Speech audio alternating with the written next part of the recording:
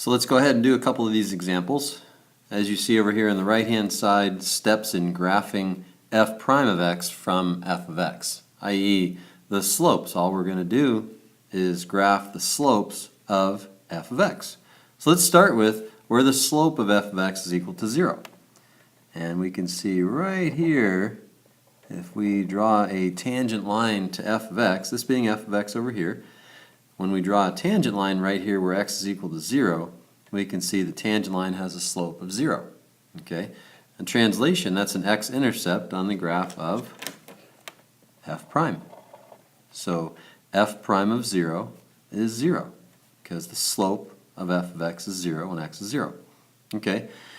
And then the next thing we want to do is we're going to just actually just draw a couple tangent lines. We're going to estimate the slopes. Let's say we estimate the slope there when x is 1. We estimate the slope when x is 2.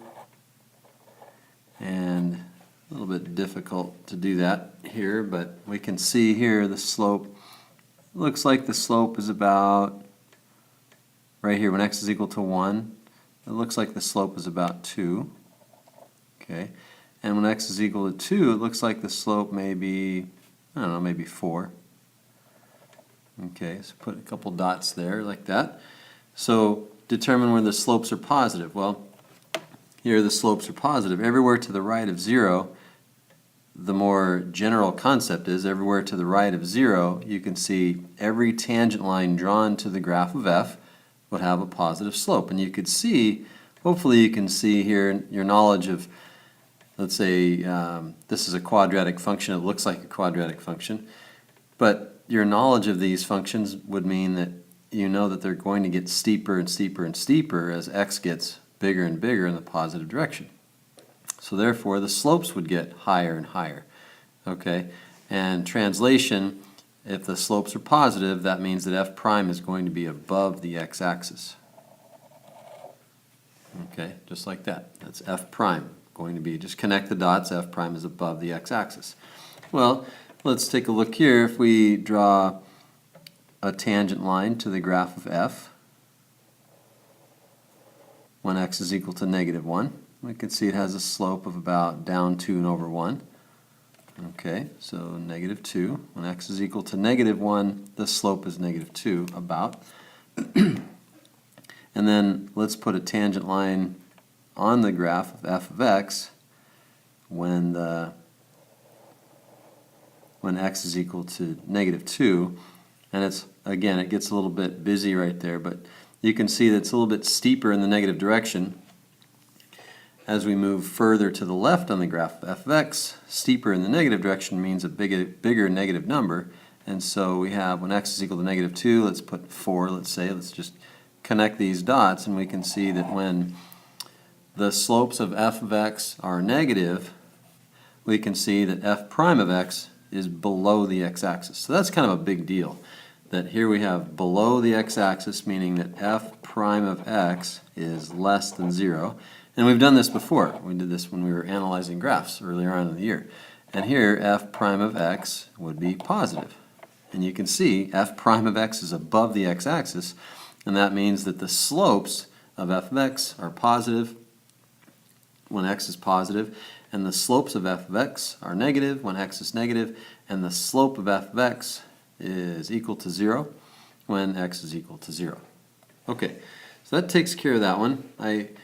I'm going to go ahead and have you use that same process for determining the graph of f prime for these next two, and then I'm going to go through the next two examples a little bit quicker than I did the first example.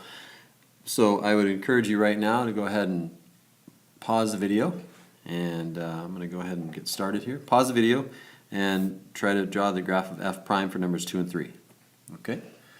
All right, time back in. Step 1. When x is equal to -2, we can see that f prime is equal to 0. And then just to the right, when x is equal to -1, it looks like we have about a 1, -1, 1. And then we can see that they get higher and higher. Okay, and we can see when x is equal to -3, okay, let's say we have a tangent line that has a negative 1. It looks like the slope of the tangent line is negative 1 when x is negative 3. Okay, maybe when x is negative 4, the slope of the tangent line, maybe it's, it would be maybe a little steeper than that. Maybe negative 3. Okay, so it doesn't have to be perfect, okay? So if I don't want you to get too bogged down with making these numbers perfect. What you want to do is make sure you get that horizontal tangent line, whatever x coordinate f of x has a horizontal tangent line at, make sure that that's an x-intercept on the graph of f prime, okay? And then make sure wherever the slopes of the tangent lines are positive, make sure that f prime is above the x-axis. And then how you draw it, yours might be steeper than mine, it might be not as steep, it really doesn't matter. The main thing is that you've got an x-intercept right there where f prime at negative 2 is equal to 0, and an f prime of x, f prime, I totally messed that up, f prime of x is greater than 0 on the interval from negative 2 to infinity. And we can see f prime of x is less than 0 on the interval from negative infinity to negative 2. Okay? And then finally, not really liking that red, so let me change colors here on you. Hope it doesn't mess you up. Hopefully you can see here that when x is equal to 1, f prime of x is equal to 0. When x is equal to 1, so f prime of 1 is equal to 0. Okay? Just to the right here, let's pick, get a little busy there. Let's pick 3. Okay, so when x is equal to 3, it looks like we maybe have down 2 and over 1, so 3 is negative 2.